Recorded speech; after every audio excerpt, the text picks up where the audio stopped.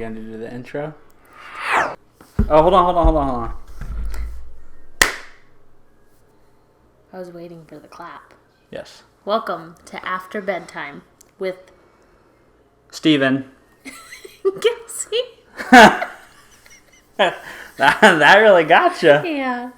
So I brought all my ice drinks to the party because Kelsey has a very big pet peeve with the fact that I drink lots of sparkling ice. I don't have a pet peeve that he drinks a lot of sparkling ice water. No. Just get it out I and have open. an issue with you not finishing a bottle. Well, there's lots of flavors, and sometimes I want to drink a grape raspberry one, and then I want to immediately switch to classic lemonade, and then I want to have a strawberry watermelon. No, the and I want to be able to cycle that through you let it sit too long, and then you want a cold one. Oh, miss, I know everything. And then what happens is Kelsey's left drinking a whole bunch of hot sparkling ice water. It's so good when it's cold and crisp. I wouldn't know. It's delicious. I just drink hot sparkling ice water that has been left around the house. I think they're really good. I mean, I really like them. I'm a big fan of them as well. I still think root beer is superior, but... Well, nothing can beat root beer. They're very good. And I'm going to keep drinking them and leaving half empty bottles. And I'll keep finishing them.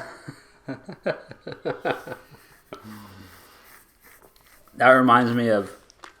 What's that movie where the old guy's talking about how every day his wife would put these little things up on the windowsill, and every day he would take them off the windowsill and put them in a drawer.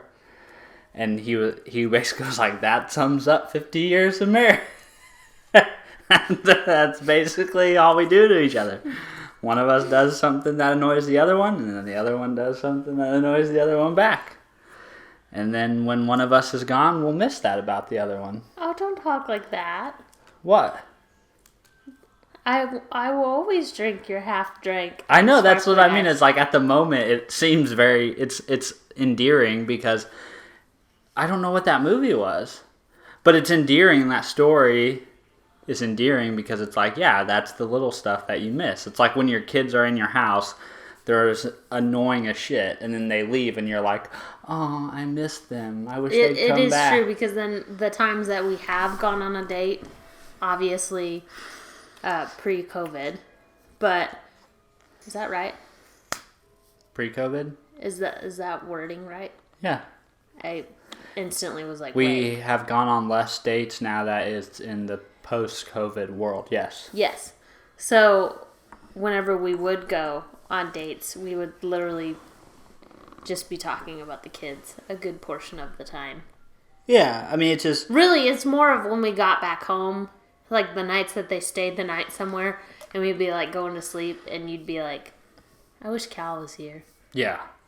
But in all I'm seriousness, gonna cuddle with Cal or Kyler. Sparkling ice is ruining our lives. No, it's not. It's just, they're kind of expensive. They are kind of expensive. I guess they're not like terribly expensive, but I mean, it's like $10 for a pack of 12. Or if you get them individually, they're $1 each.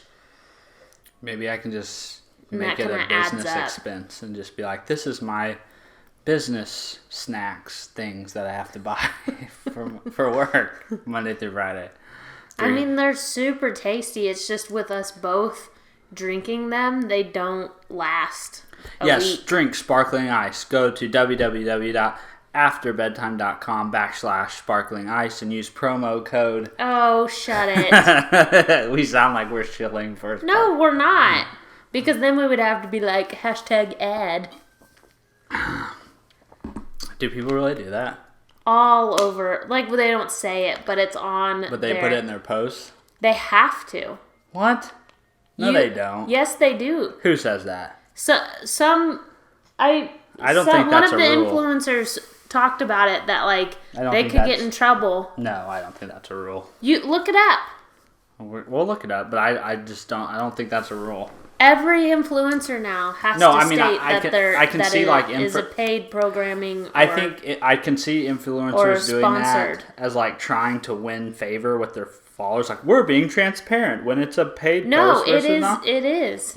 Somebody else, the YouTube channel that I watch, Fathering Autism, made a comment about it.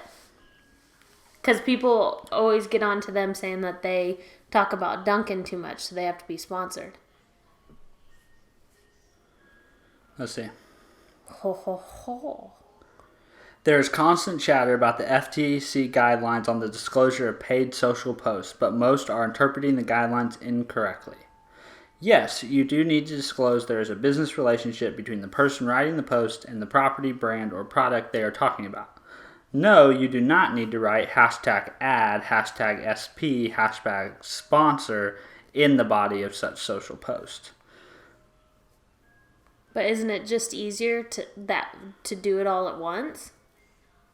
No, I don't know. I just think it's like, to me, it's like one of those skeezy thing that's like, I don't know. It's just to me, it's like, it's simple. It's easy enough to just say, hey, this brand asked me to talk about their thing, and I took some money to talk about it. So let me now talk about it. Or the YouTubers that say this ad has been paid for or brought to you by or whatever type thing.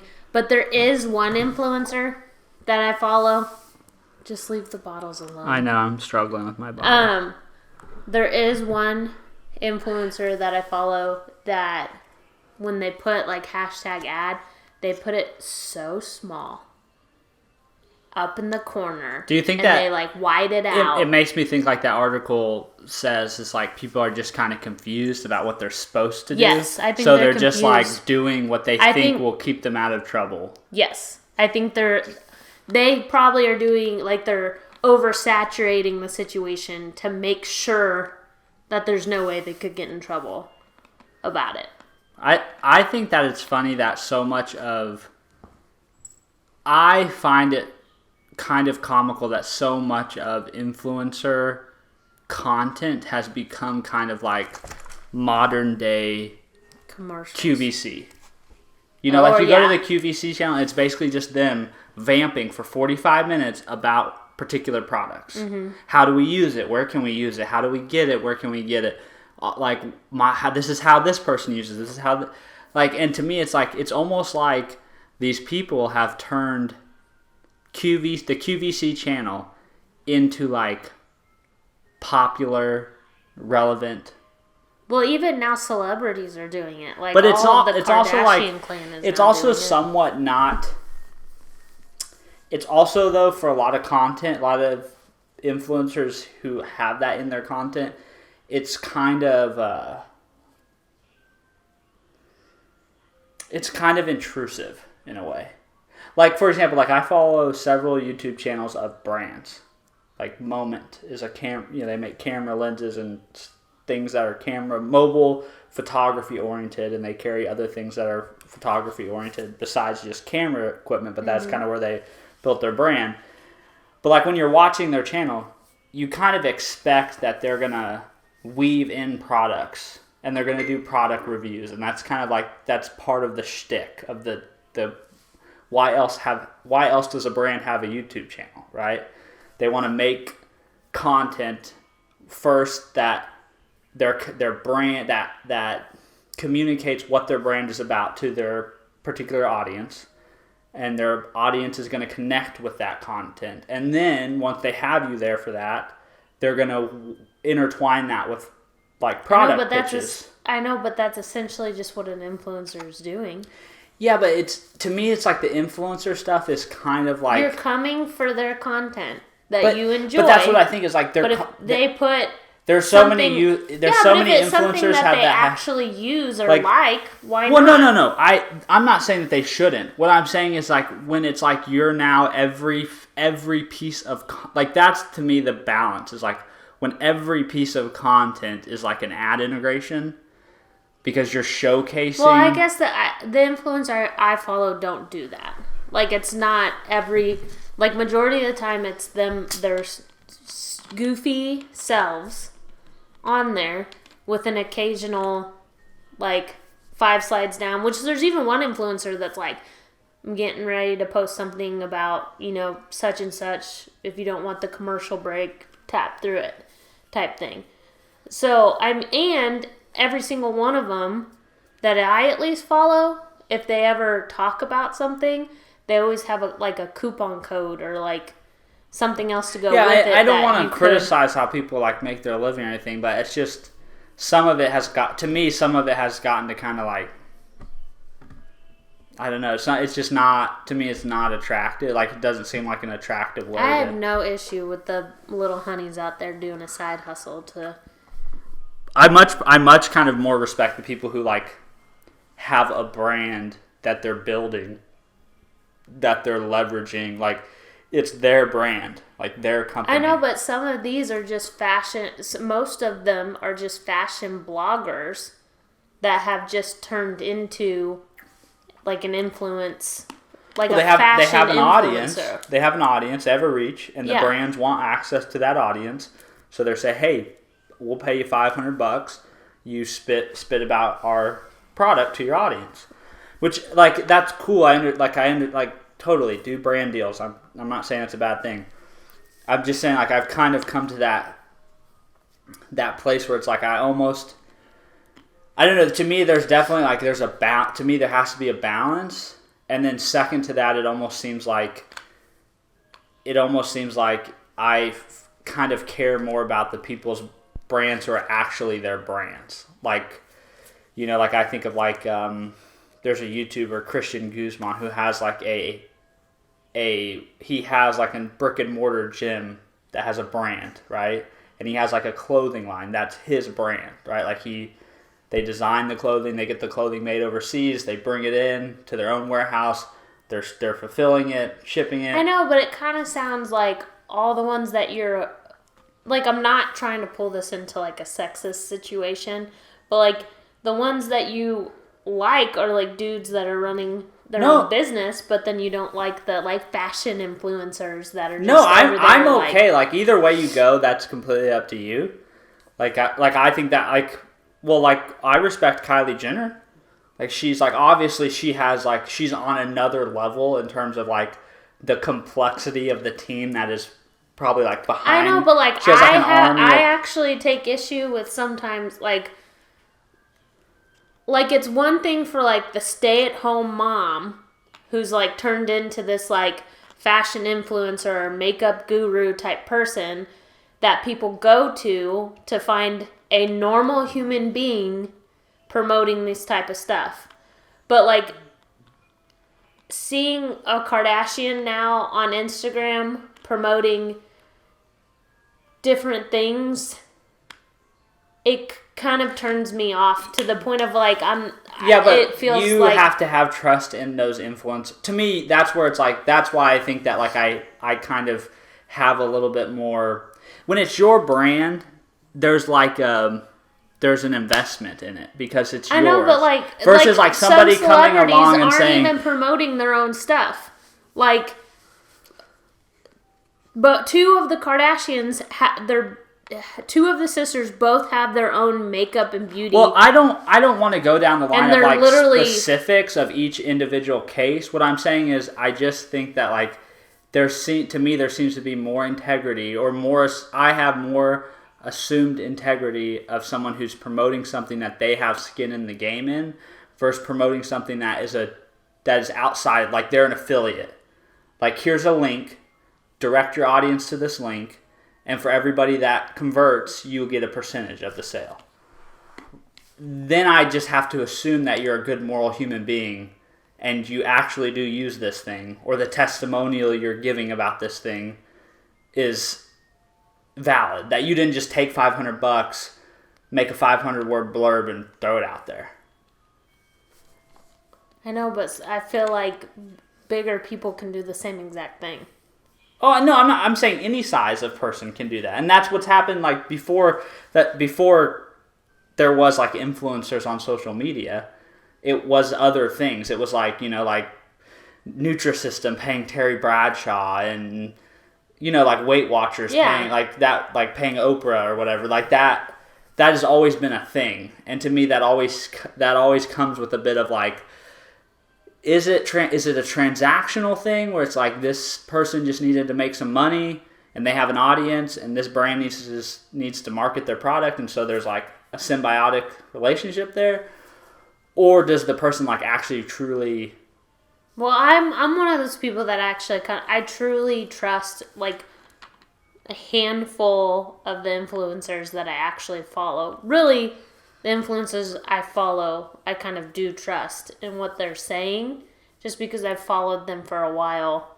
And a lot of them I found before they started doing like a whole bunch of these types of situations. So I personally like them. Yeah, I will readily admit I'm more cynical than the average person, but I find that, like, I think about it all the time, is how incredibly fascinating.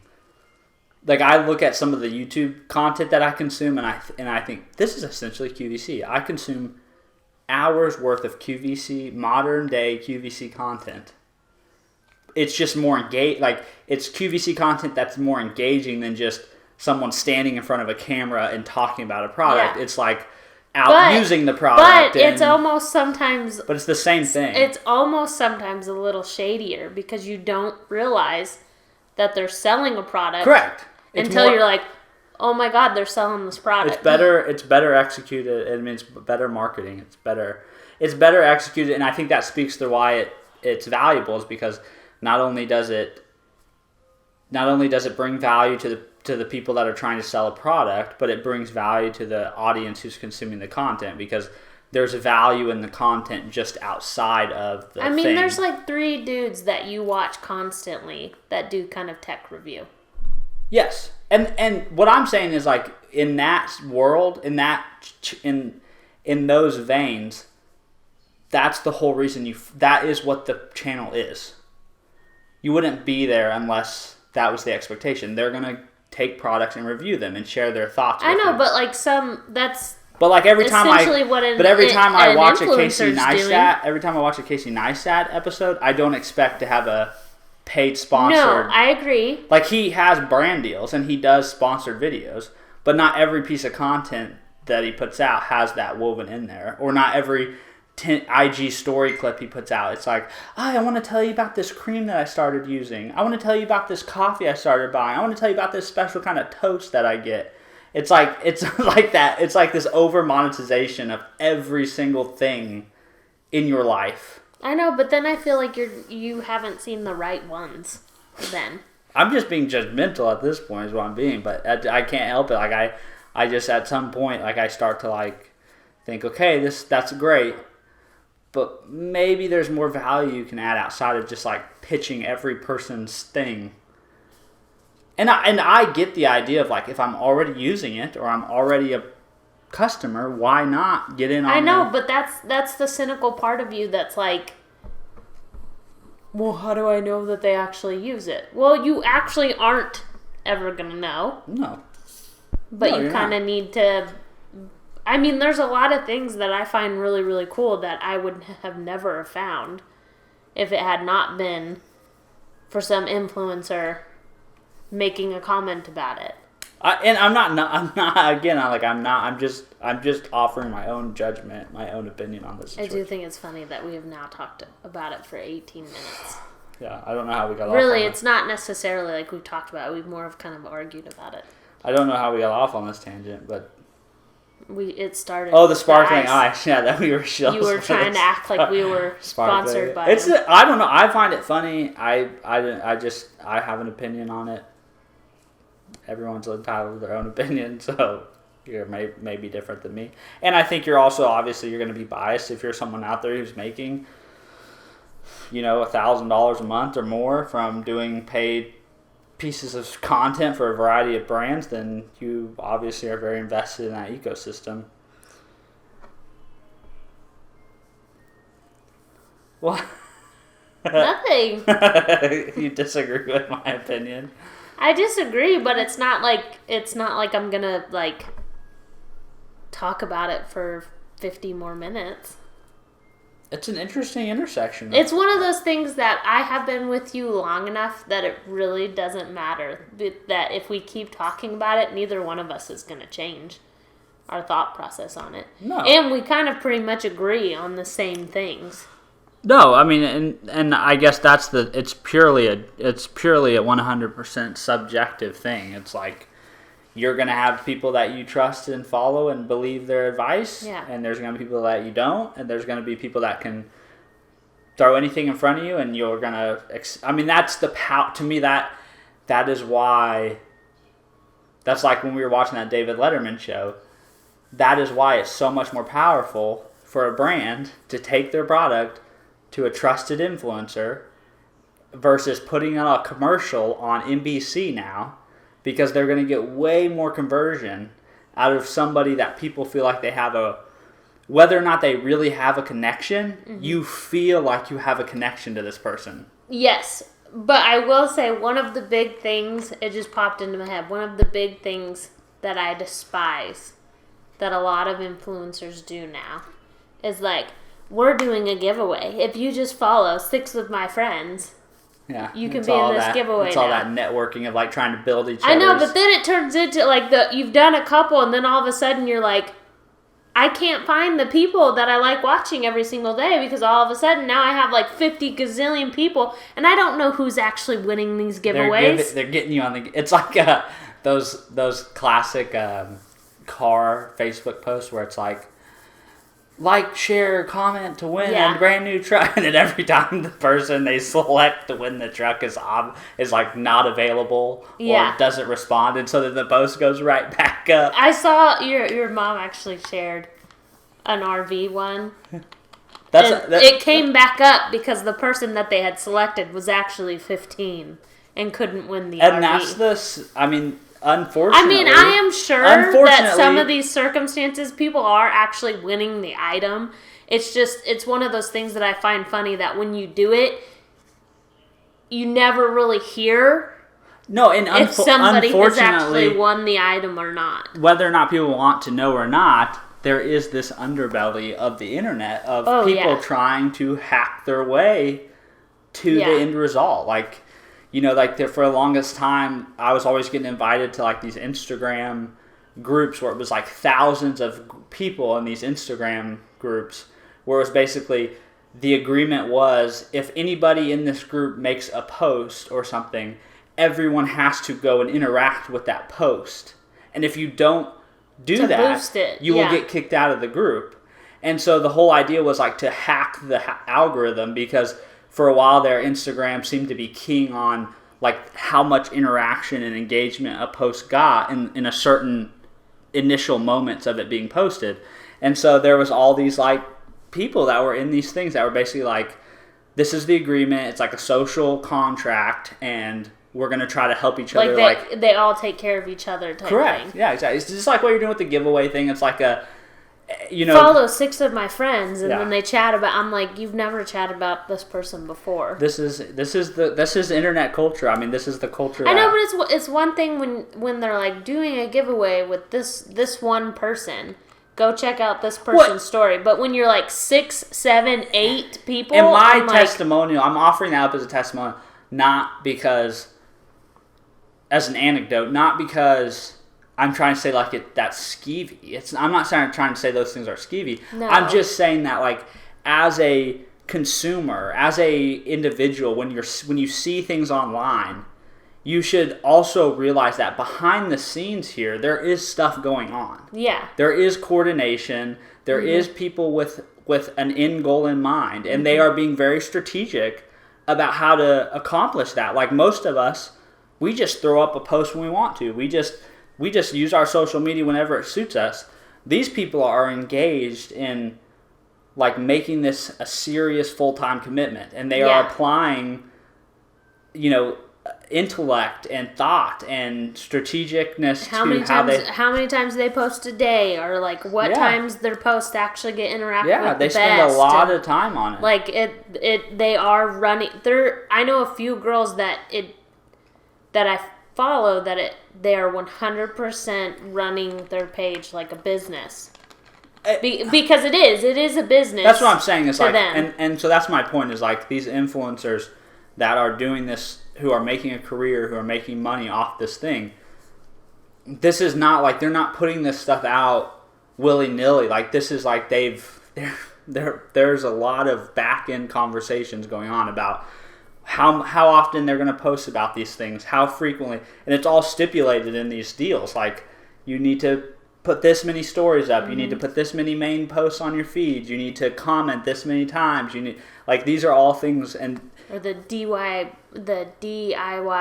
pages that have contracts with like Home Depot. Yeah, and it's not like, we will pay to take care of this one room, but you have to post about. Correct. And that's why I just think people should be aware of that. And so many people aren't privy to that because so many people, like I said, don't use their social media in that way. So they don't ever go down those rabbit holes. Mm-hmm. But those rabbit holes exist, and and it's very prevalent, and that's why. And also pay attention to the things you do share, because the 90% of the time, or a good portion of the time, it's a fake page trying to scam somebody. Yeah, I mean, there's just a lot. There is shady stuff happening on the internet, and there is stuff that is not shady that's happening on the internet, but both have equal amounts of behind the scenes efforts going in that don't become readily apparent to you until you like pull back that shade and you're like, oh man, there's a lot of stuff going on here. Mm-hmm.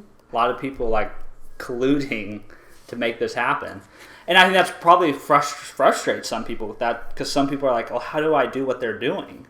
And it's like, well, you can't really replicate it because you don't understand all the back end that's involved. Yeah, you don't understand all the people who are assisting them and providing them with, advice, and it's just it seems ephemeral, and that's how it's supposed to seem, because it's supposed to appear like effortless and like no one's manipulating anything, but there is that stuff happening, in my opinion. Okay, let's rein that back in. On that tangent of the internet. Mm-hmm. All right, next topic. What's the next topic? I don't know. What do you want to talk about? You don't have anything? Well, when you just put me on the spot in front of the camera, it does throw me sometimes. Because this isn't like a casual situation that I'm just supposed to like casually. Well, I don't think anybody would consider our podcast everyone would consider our podcast is casual. Yeah, of our hundreds of listeners and watchers, of viewers, family. I think everyone would describe our podcast as being very high production. Lots of production value. I've been told multiple times that I'm cute. I think we should talk about your obsession with Twilight. You don't want to come clean about that? I'll come clean. I have an obsession with The Office. I watch The Office. I go through spurts. I have an obsession with Harry Potter, and I have an obsession with Twilight. I have an obsession with Hunger Games, and I kind of go in a circle on which one I will become obsessed with for long periods of time. Why? I don't know. I personally... They weirdly bring me comfort. Yes. See, that's the thing. It's this weird thing. It's like what you always make fun of me and my brother about. It's like it's this weird... I don't make fun of you and your brother. Yes, you do. You always make fun of us because when we play video games, we will put The Office on in the background. And we always tell people the reason we do that is so that we don't feel so alone while we're playing video games. Mm-hmm. And it's the weirdest thing, but it's like these pieces of content... They create like this atmosphere of like home, like like almost in a way like Harry Potter, like putting on Harry Potter like on a loop through all the episodes. It's almost like a way of trying to prolong your existence in that universe, right? It's like, are you saying that that's what I do? Yes, it's what anyone does. I mean, Kelsey's a wizard, so she's gonna go through and watch all the Harry Potters. What we are talking about is not a you and me phenomenon. It is a cultural phenomenon. Now that you can binge watch things on demand and you can binge watch them endlessly, I will bet almost every person you talk to, they have a show or a movie that they just default to. And that's like, they scan through their collection of stuff, and then they end up just going right back. In the beginning, when like Netflix started, it didn't have like a ton of things. And then now we have like everything on demand, and sometimes it can get a little overwhelming on how much there is on there. But I don't think it's the overwhelm. I think it's literally, I want the security and the safety that this stability of this thing running in the background that I don't even pay attention to because I'm on my phone or I'm playing video games or whatever. But you've caught me multiple times where I'm watching it like I have watched it for it's the first time I'm watching it. Fair. I think for the vast majority it's pure. It's like a baba. It's like a blankie. You know what I mean? It's just background. It's background noise. But I have gone through a little. I found Twilight was on Prime, and I got excited thinking that it was going to stay on Prime. So I stupidly got rid of the couple of movies that I had purchased for myself. And then I realized that all of a sudden it wasn't on Prime. I didn't have the movies anymore. I found it on Hulu, and so I've been watching them nonstop. But I do think it was more. What was that? Why did you explain that? What does that matter? Why'd you have to bring that up? Because now you made me feel weird. I don't know. No, I mean that's a good origin story, but I wonder like why. Why though? Like why? I don't know. Like, in my brain, think of all that work you just did. I thought it was a good idea at the time, but thank you for bringing embarrassment and shame upon the situation. I just put up my hood. That's how I feel right now, and I have no hood. I don't know, but now I don't want to talk about it anymore. I think it's I think it's fascinating. I find it to be utterly fascinating. Because for me, the longest time, it's been The Office. Everyone makes fun of me because I always play The Office. And it's just part of like my bedtime routine. I know, but I kind of venture into like a multiple different sense of different things. Well, it's Gilmore Girls. I'm an elevated form of your obsession. That's what you're saying. It just clicked in my head what you were saying. I'm a superior being that binge watches. Yes, I don't just binge watch one thing. I binge watch multiple things that bring me comfort. Yeah. So he's been upset, and he hasn't complained about my binge watching before of other things, but I think it's because those things have multiple episodes. Twilight is just like I'm not. It's not the greatest acting or Yeah, and I'm not knocking it. I'm totally okay with whatever people want. I'm okay with what I just find it funny because I find it comical because I'm seeing the behaviors that I've been dealing with for years develop in other people in my life that I'm like, oh, other people just like to watch the same thing on repeat. It hasn't developed. It has always been there. It's just I cling to one certain thing that whenever I'm feeling low or if I'm getting into one of those type states that I turn it on. Yeah. And over time, I eventually don't feel that way anymore from watching. It's weird. It's for me, it's a form of relaxation. It's the same thing when you read a book, right? It's that same thing as you read a book, it puts you at peace, but it also offers this form of escapism for that, for those few moments or those minutes or the hour or whatever that you consume that piece of content. It's the same thing. It's just in a visual format, and it puts you in a relaxed state. But also this sense of I can get away from the things that maybe are in my life that either are causing me anxiety or stress. Yeah. You know, whether or not that's a different discussion about what is a healthy way to cope with those emotions and not. But it's a way to wind down.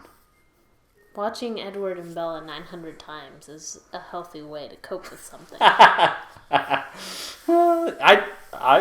will never knock it because you did. You were like, "Do you want to talk about your obsession with Twilight?" Well, and I'm not knocking it. I just thought it'd be a fascinating topic, and I think it's something a lot of people can relate to because there's probably people out there like, "Yep, I do that with Parks and Rec," or "Yep, I do that with Friends," or "Yep, I do that with I don't know."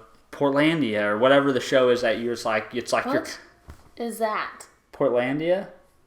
It's a show on Netflix. I don't know if it's a Netflix original, but it's a show like about a bunch of. I think it's based around around Portland and like kind of the eccentric nature of it. I also think the other issue is the fact that we don't have TV. That I don't like. I can't just go and click around to things.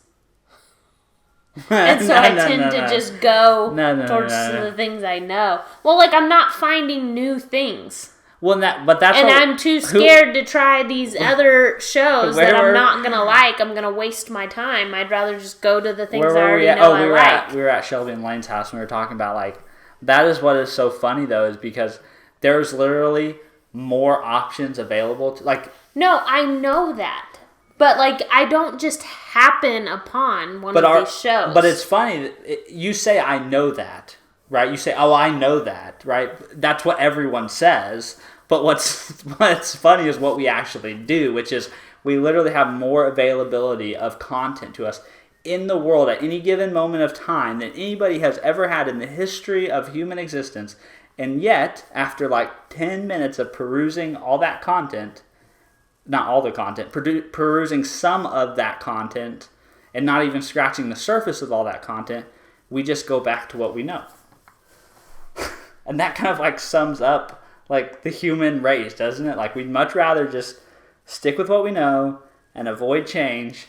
That's not true. I don't think we want to avoid change. It's just, it's one of those things, like, I don't tend to venture to a new show unless someone tells me that they've enjoyed the show. And it's like when people, to me, it always makes me think of that thing, like, when people say, oh, was that book good? Or did you like that book? Or do you think I would like that book?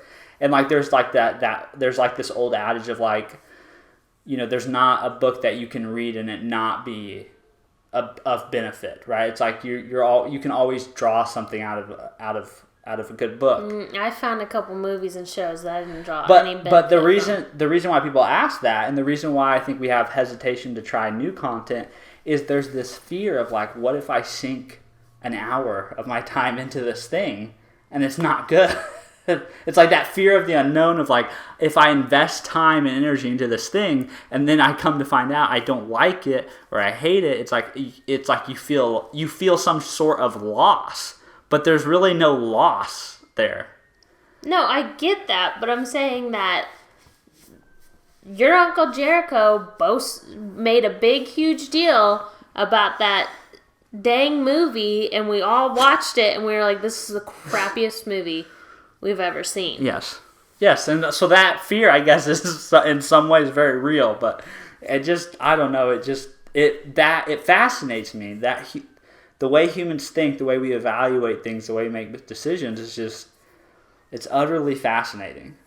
I know, but I think it all has to do with if somebody is... Well, if my influencer would just make an IG post about their recommended shows on Netflix, I'd have more stuff to watch.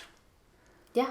Instead of their fucking products. Well, I mean, it's because the people that you follow tend to be a little bit like-minded or same goofiness or something like that. So whenever they boast about something, you do take a second. You're like, maybe I would like that. And it would be totally the same with shows. If they would talk about some... Like, I passed over the show Lucifer like 60 million times. Like, no, I won't like that. And then Allie finally just turned it on when I was at her house. And I was like, oh, this reminds me of similar sense of humor to like Castle. And I love Castle.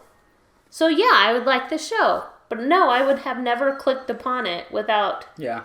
Like, I feel like Netflix needs to do more of, like, those little clips to see into the show. Or, like, I don't know, like, a little previewing without you actually like clicking into the show. I would take more recommended content. Although they do recommend stuff, and I I decide I know better than the algorithm and don't watch it.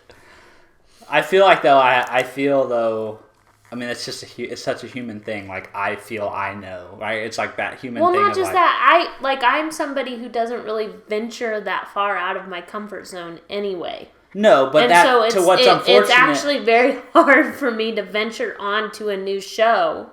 And that is why this is like a microcosm for human existence, is because it's like so much of the best shows or the best pieces of content or the best experiences you're going to have in life are on the other side of like where you think you should be, right? No, I totally agree, because I tend to find the show that everyone has liked after the show has ended. Yeah. Or after, like you said, after 10 people have already recommended to it, you're kind of like, well, I know what I like, and I know what I'll enjoy, and I don't think I'll like or enjoy that. And then you've now put this great experience that you could have had off for like a year or more than a year, and then you finally bite the bullet, and you're like, oh my gosh, why did I wait so long? Blah blah blah.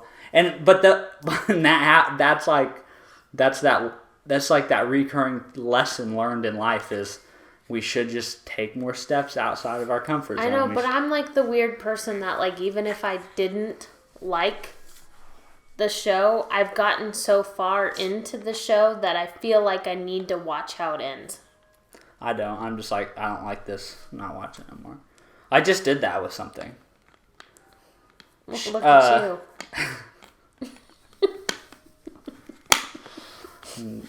I don't know what I did that with, but I don't fall prey. Oh, well, there's no proof. Well, so. I don't fall prey to that sunk cost thing. I'm not going to keep throwing bad money after. I mean, like, I wouldn't do it if it was like 12 seasons and I realized in the first 2 episodes I didn't like it. I wouldn't do that. I don't care if I hate this, but I got to finish it. But if it's like 2 seasons, or you can swing the other way. You've got like very defined rules. If I put 2 seasons into this bitch, I've got to get it to this. Or you can swing the other way and be obsessed with the show, and then when it comes to an end, you just don't watch it because then that means it's not ending.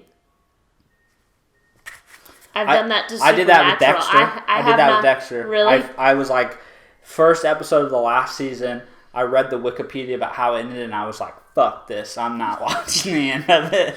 See, I don't read ahead. Yeah. I don't do that to myself. But Allie and Tyler have wanted to talk about Supernatural for a very long time, and I'm like, I'm not watching the fucking end. I'm not ready for Sam and Dean to come to an end. Yeah. Mentally, I'm not ready for it, so I'm just not going to watch it. But that's the one. You know what's though? That's the wonderful thing about on-demand TV is like before when the last episode aired on TV. That's it. It was like it's gone. Done. The universe was gone forever. How are you ever going to find it again? You just have to hope maybe once the rerun runs to where you actually find ones now I can pick every week what universe I want to live in. I can live in the Breaking Bad universe for a whole week. I know, but here's the thing. All of the ones that you want to live in are really dark. They're not dark. It's besides The Office and Parks and Rec, all your other shows are dark. They're not dark. It's like an exercise. It's another form. It's an escapism. It's like, here's a world that would be so fascinating to go into, but like obviously in real danger, like major danger. Obviously in real life, that is way too risky and scary, and has way too many like downsides that you would never actually do it. I think we just showed them. Both of us are on opposite ends of the spectrum. Like, you're like... Well, I like that. I'm pretty sure in today's training, one of my coworkers' phones rang, and she was like, oh, sorry, she had to hang up. And I'm like, I heard literally like 3 seconds of the ring, and I was like, that's Harry Potter. Did it flutter a little bit? I almost unmuted myself. I almost... If it had been just the internal people, like on oh my god, is that Harry Potter? I would have done that. I would have unmuted it and been like, was that Harry Potter? You should have just let it play. It would have been fine. I'm gonna at some point tomorrow I am gonna either message her or ask her like when there's a down moment to be. I know, but has like Harry Potter all of a sudden become like a weird comfort for you because I have been obsessed for years? No, because I read the books. I'm one of the elitists. That's like I've read. You have. You're like I've you're on listened. the fourth one or something like that. It's just I'm not a very good reader, so I've always struggled to get through the books because I have trouble pronouncing real words. There's a lot of fake words in that book that I have no way of knowing. I love fantasy genre. The first series of books that I read was that I really got into. Totally just added me to a whole group of people that are probably going to be like, you're not a true Harry Potter fan. Yeah, but that's a little elitist. I'm just saying. But that was my first exposure. Actually, here's my first exposure to Harry Potter. In elementary school, there was the whisperings of these wizardy books. And they were ripped out of our middle Yes, school. they were like banned from our elementary school because of like some issue the PTO. That shows that I'm just slightly older than you. When it was banned, I was in middle school. I was in elementary school, and I remember this being like a topic of I don't know. For some reason, it was the devil. It was that whole conversation was in the zeitgeist as like a 4th or 5th grader, and then everyone gravitated towards it as quickly as they could. That was my first That was my first kind of like awareness of this series, of this Harry Potter series, and it had to have been very close to the very first couple books being released because that would have been like 98, 99. It was like the first two have been, or maybe the first 3. So then, but I didn't actually read those books until I was like a 8th grader or 9th grader, and they were both really good. They were all really good, and I read I read the Goblet of Fire, and then I had to wait for the release of the Order of the Phoenix. Bought that book, read it, but I have not read the next 2 because it was like at that time of like high school where it was like other things kind of like crowded out. Mm-hmm. What do you call that? Reading for pleasure. Like it was just either reading for school or doing other things. Mm-hmm.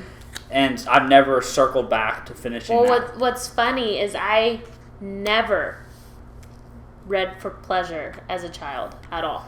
Really? What's funny is that the first series that I read for pleasure was introduced to me by Nikki on the first Colorado trip, and it was Twilight. Oh, really? That was the first set that I actually legitimately read for pleasure, and then it turned into like Hunger Games was after that, and then. So you didn't even know you were into the fantasy genre then? No, I knew I liked it based off of the movies.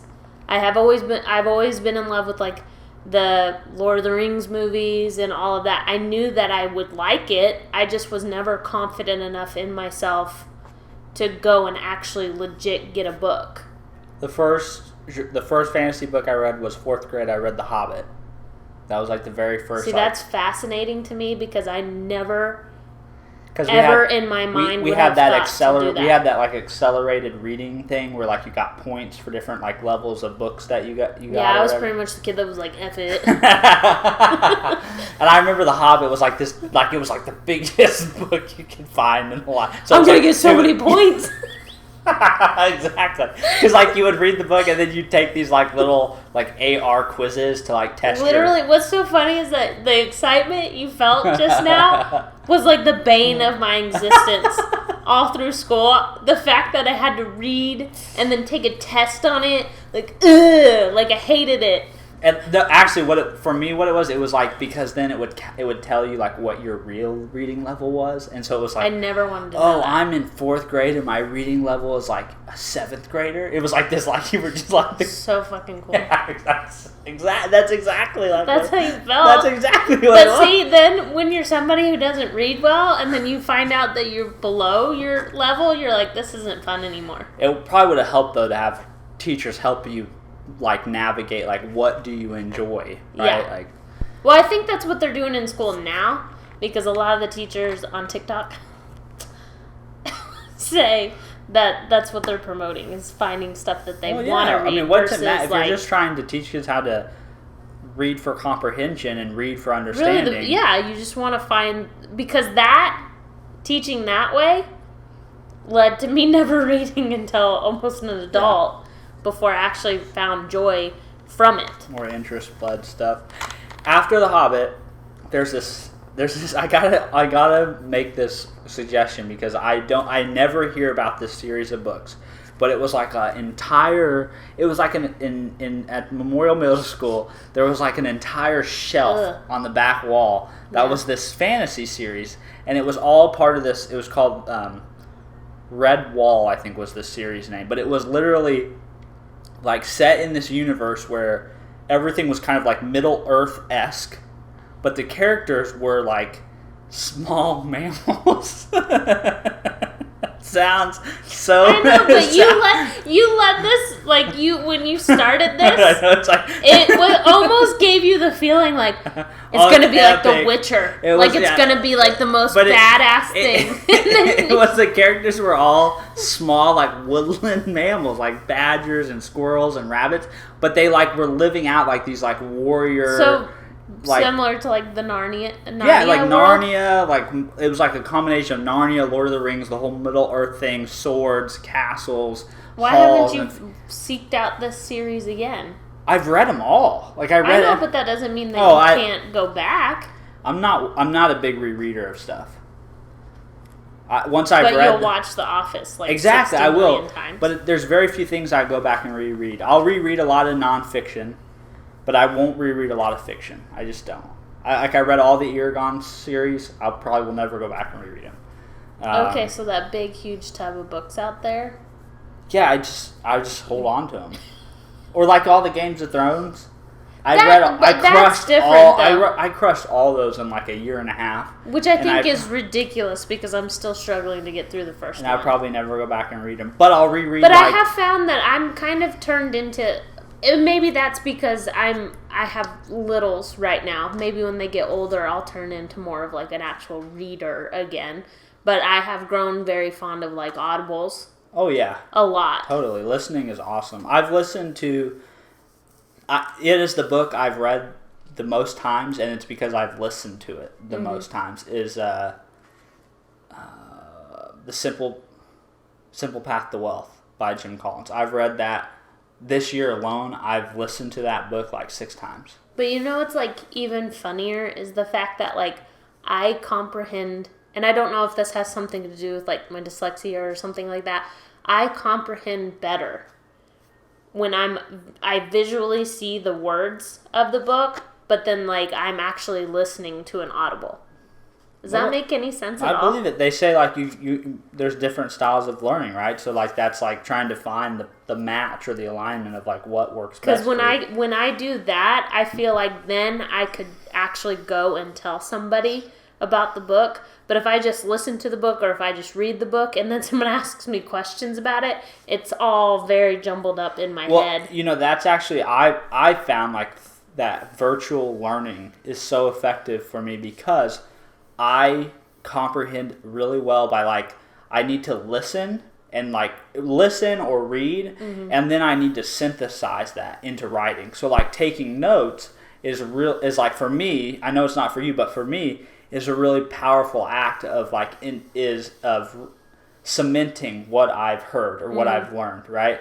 And when you're in a lecture setting, the professor just moves at their pace and your notes have to keep up. So a lot of times in college, what I would find is I would just be like capturing the lecture. Yeah. With no comprehension. Yeah. Right? Versus like within a virtual learning environment where you're taking things in through videos or audio. You can pause. I can pause it. I can synthesize my note or kind of clarify what I just heard. It takes longer to consume things.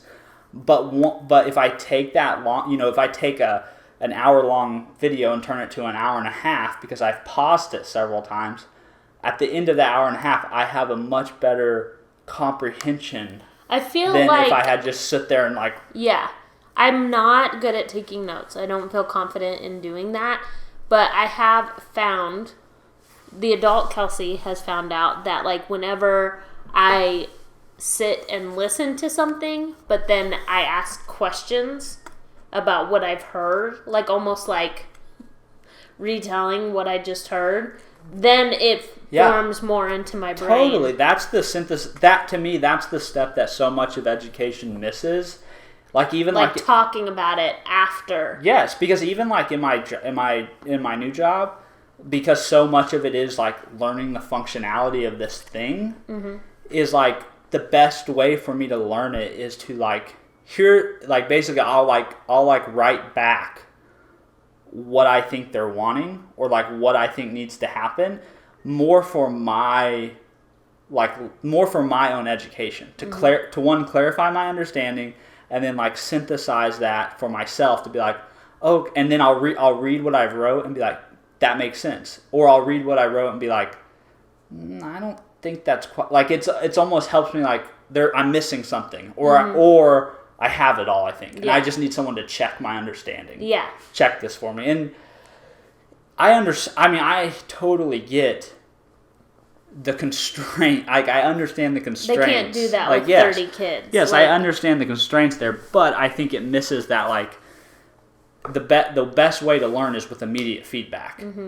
You listen to something, you think you understand, pause. Do I have this right? Let me explain this. Give me my feedback. Okay, I've got this right. Well, I think a lot of it is more of giving the kids confidence. Like, maybe finding out early on how this child learns, like taking a quiz or something like that to find out, and them knowing, and then them having the confidence to take care of that themselves. Because I have realized now that if I would have been more confident to take in, like, recorder, what's unfair, or something to record. What's still unfair about that is you just end up being the kid that's doing double the work of everyone else because the environment is not suited to you. Not if everyone's doing it. No, like, for example, what you're saying is, like, a teacher's not gonna allow you to interrupt their class to ask those questions, right? So even if you record the lecture and then later on it's like, for me, like, basically it would be like the equivalent of me doing twice the work. I have to sit in class and listen to somebody talk and try to scribble notes to keep up with it. But I also recorded it on my recorder, and now I have to go home and re-listen to it to reprocess my notes and synthesize it, because they won't record the teacher and put it on a video and put it on YouTube and just allow me to do that instead of sitting for an hour in the class. No, I get that, but I think if every student had all of their weapon, like their arsenal, like, you know, like to know themselves enough, I think it would benefit them for in the future. Yes, it will arm the individual to put themselves in the best. I guess I'm saying with what is being handed to them. Yes, I think that these are techniques that will be able to help them. To me, it's just frustrating that they have to. Because the system is only structured to handle one way, and there's no flexibility how to navigate it. We don't necessarily know of how it's going to turn into the future with the pandemic. No. I guess it was frustrating for how it was when I was there. There's no way to navigate this. There's no, like, opt out. Let me do video versions instead of in person. It's frustrating that, like, okay, well, I'm just basically going, like what I was telling you about what my calculus class in college. It's like, I don't understand what this guy's saying, so I'm, not to be rude, just like he has an accent and he doesn't speak very good English. It's difficult for me to understand. So I'm just going to copy everything he's writing on the board onto my notes, and then I'm going to go home and decipher this, right? I'm going to take more time outside of the classroom time that I've already allocated to this study to redecipher what I listened to. I know, but I kind of view it as more of it's your education, though. No, I get that. I get that. And so if you want to take the reins of your education, then you need to be able to have all of the weapons you need to handle that situation. 100%. But that still doesn't eliminate my frustration at why the system can't be more flexible. No, I agree. But until we can actually properly take that on, I think the students need to be better armed. Yes, better armed to handle the situation that they are in. Totally. Instead of seeing multiple students struggling and passing them along anyway. But you also have to have children. You also have to have kids who are going to accept that responsibility, and they're not going to blame it on. I think that it's one of those things that if you make it clear in the beginning, because I think if more school was taught the same way that college was, like, you take it or leave it. You can come and listen to the class, and if you don't want to, well, that's on you. Yeah, but that's just taking on a whole nother... I get that, but I'm saying if it was treated a little bit more like that, instead of being like, come on, honey, you need to do this. But if it was treated more like that, then there would be flexibility.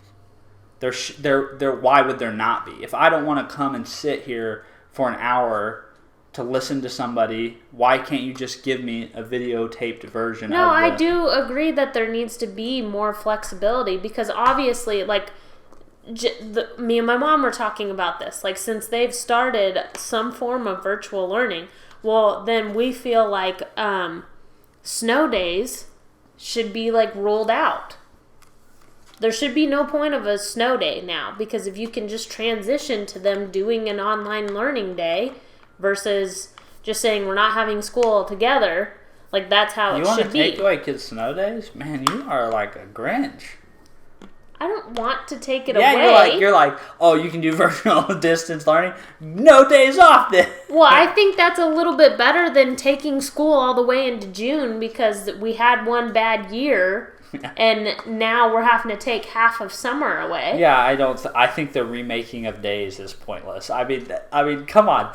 The last several days of school are pointless. I know, but virtual learning isn't like the kid is sitting at the computer from 8 to 3. I know what you're saying, but I'm just saying that whole concept of like, oh, we missed a day because of snow, so let's just add that. Almost like the days are equivocal, but they're not. Like, putting the day that you would have had. I remember in school when we had to add on like an extra week or two, and those last 2 weeks the teachers were like, it's useless, because I'm done. We're all checked out. So like a day lost in October is not the same as a day added back in June. Like it's not, because everyone's mindset is different. We're all worn out. Like, everyone wants out of the school. Nobody is tackling the same day in October the way they would in June. No, they just cram it into the days that we are. Nor is missing 8 hours of public education going to make or break your school year. And if it does, if that's what you're telling me, is that, like, then the system is too fragile.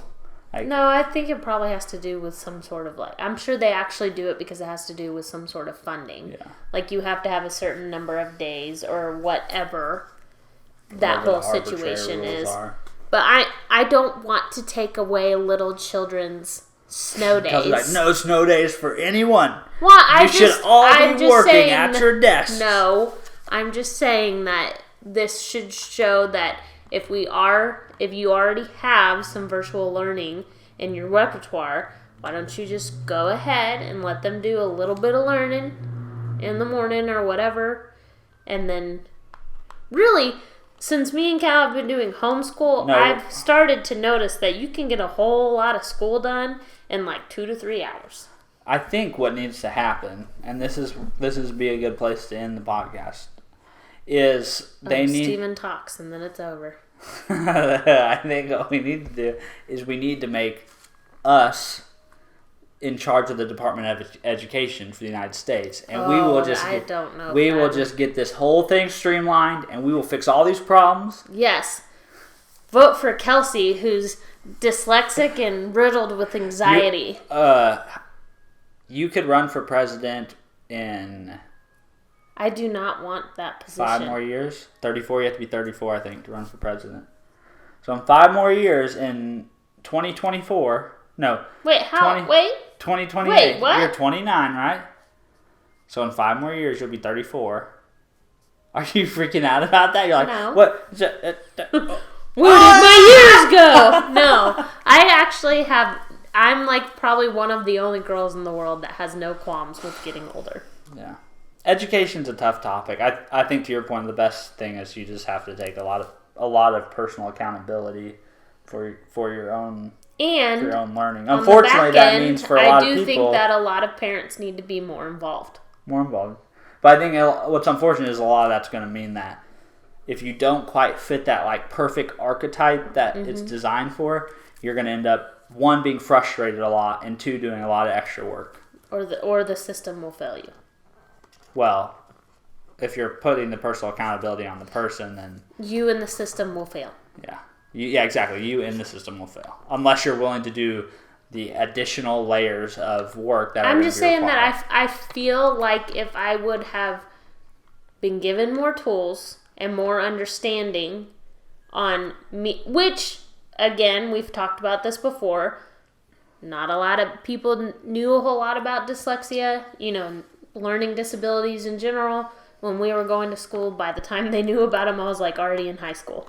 So it's kind of hard to give me the tools that which I needed. I think is where the parent part comes in, because if you're just going to leave your kid to the system, then it's kind of like if you're a carpenter and all you got is a hammer, everything looks like a nail. And so if you're just leaving your kid to the system that has this one way of doing things, and they're going to treat every kid like a nail because all they got is a hammer, and your kid's not a nail, if you don't recognize that and get involved and be like, look kid, you're not a nail, but the system is built for nails. You're a screw. You're going to have to figure out how to navigate this thing, and that's going to require you to figure out all these other things you have to do. But that's why I said that I feel like parents need to be more involved. Yeah, I know. And I really think that it should be like a teacher, parents, kid relationship where they all come together and do their best to try to make the best plan. It's never going to, though. Unfortunately, it's never going to be the teacher can't be like. No, through email they can. They can't actually be present. But with 30 kids, you know what I mean? No, I know. It's difficult. And that's why it's much better to put the onus on the parent, because every kid, not every kid, but in majority of cases, or ideally, each child would have an engaged parent. The other day, I saw somebody post, one of the biggest fails in the public education system is that they never taught anybody about credit. Okay, well, why is that the public education's responsibility? Why didn't the parents teach more about credit? Correct. And I don't understand why it's just on public education. You can't put the onus on the system. It goes back the system can't fail you. The system cannot fail you.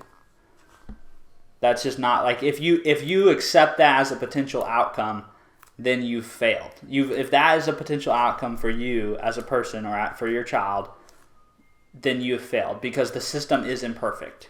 It is imperfect. That is a known quantity. It's not you. If your assumption is not that the system is perfect and will have the exact right outcome for every person, there's limitations, there are things that aren't going to fit, so you have to be the engaged individual that says, this teacher's teaching style isn't working for me. Well, that's the only teacher that teaches that class, so you're going to have to figure a way how to navigate that difficult situation. Well, that's what I agree, and that's why I said more of what I mean, the parents need to be more present is until that kid can take that onus of their education themselves, you need to be that person. Yes, you have until your child is old enough to take control of their correct. education And your kid is not going to take that mindset on unless you're preaching that mindset. Encourage it. Yeah. And you're look, buddy, I get it. But your that's what I meant. Jerk, that's what I meant by giving the child the confidence in themselves and how they learn to go forward with that. Yeah, it's and just helping your kid come to terms with helping your kid come to terms with the fact that the world is not perfect and the world is not going to do you right. But you're going to need to navigate the world the best you can. If you're going to accept that, then you're not going to get where you're supposed to go in life. If you accept that, oh, well, this teacher's just a jerk, so I guess I'll just fail. If that's your mindset is, well, because this teacher doesn't fit my exact right learning style, there's no way I can pass this class. well, then you're going to run into a lot of situations in life where you're, with you. You know, where you're like, oh, well, this employer doesn't accommodate my schedule just right. Well, I can't hold that job down. You know, it's like you've got to help teach your kid that, like, yes, your coach is a jerk, but if you want to play baseball, you're going to have to figure out how to navigate that relationship. Yeah. You know, your math teacher is a non-English speaker. Learn to weigh those options. Is the coach enough of a jerk that makes you don't want to play baseball? Fine. But then you're not playing baseball. Yep. Like, you need to make that decision for yourself. Make that decision for yourself and recognize your culpability in that situation. Like, yeah. Yes, you're not playing baseball because the coach was a jerk, but you also have that decision yourself. You also have the choice to put up with that. And I do think that if more people had that mindset in life, the United States would be a lot better off. Yeah. Is that everyone would have the coping ability. Well, that's like there's a couple guys that take this idea to a very radical place. One of them, which is a guy named Jocko Willink, who's he's like a former Navy. I know, I like him. Yeah, and so he wrote a book called Total Discipline, or basically the whole idea behind the book, and is this idea of like radical accountability. Like, in Tom Bilyeu is another guy that talks about this. He talks about it in such extreme terms to where, like, if there was a meteor to hit his house and kill his wife, he is responsible for that, because somewhere in the world there is research and projects going on to support the early detection of meteorites that will hit the earth, and he did not fund or support or promote that research that could have saved that meteor from hitting his house and killing his wife, which is absurd. Which is intense. Absolutely absurd, right? And Jocko Willink has that same kind of, that's the same. I don't feel like he's that extreme. Yes, though. He is just as equally, he is more intense than Tom Bilyeu. He just takes it to like his. Or at least I haven't heard his interviews or talks. The whole idea here, and this sounds really extreme to talk about this, but these guys explain the whole idea here is to frame your mindset around what can you do. Not what is outside of your control. Stop focusing on your teachers the problem, your school's the problem, the education system's the problem. Yes, all those things are true, but you have no control over them. Well, I don't think that they're not necessarily the problem. They have problems. They are a part of the problem. Yeah. But the thing is you cannot do anything about them. Right? Like the meteor traveling through space on a trajectory for Earth is a consequence of the universe that you have no say over. But you did have the say of, did you get involved with that known threat and what you could do to mitigate that known threat? Everyone has the choice to decide what things are within the realm of possibility and are worth taking action against. But it helps frame your mindset, okay, what can I do? Right? Versus what the other person did. The things that I can't control. The things that are outside of me. Instead, I'm always focusing on how could I have acted better? What could I have read more? How could I have talked differently? How could I have... Well, the biggest thing is just knowing that you have control over your life. Correct. And what's unfortunate is a lot of people take that and they twist it and they try to make it so that you're being ignorant of the circumstances that other people are in, and that's not the point. The point is to recognize that people are dealt shit hands, but nobody cares that they're dealt shit hands. Nobody cares. At the end of the day, nobody cares. So you've got to take that ownership and say, I was dealt a shit hand. Put that aside. What can I do how can I play this the best to my ability? Which for a lot of people, they don't like hearing that. It reminds me of when Gary Vaynerchuk has conversations with people like that. He's like, bullshit. Correct. I know. Because it backs people into a corner, and they no longer have an outlet for why they can't do something or can't have something. Because he said bullshit to every one of them. Yeah, because he's basically saying, great, nobody cares. What are you going to do about it? This is literally every interview that I see him where he's talking to somebody. He's like, bullshit. What are you going to do about it? Bullshit. What are you going to do about it? Yeah, his favorite one is he's like, and what? Oh, yeah. And what? Like, your parent's a jerk. Your parents don't believe you. And what? Like, he's like, great. We've established that fact in your life. Nobody else cares about it. I care about it. I feel sorry. I feel sympathy for you. But the world is not situation. turning to hand you anything because of it. And now what are you going to do? Yeah. Like, how are you going to respond? And I'm still working through, like, how to, when our kids reach those ages where those lessons, like, how do you go about communicating that stuff in a way that's approachable and not threatening and not off-putting? Because for a lot of people, Gary Vee is very he is to some people until they actually pay attention and watch him. The funny thing though is he's able to do that because he's in a very interesting position where he needs nothing from them, and they kind of need everything from him. They came to him. Correct. And asking those questions. Very few other relationships in your life can you approach somebody in your life and speak to them in that way and then respond positively, because they sort of like, I don't know what it is. People just, they don't want to hear that. They don't want to hear that, like, it's like, oh, you want to lose weight?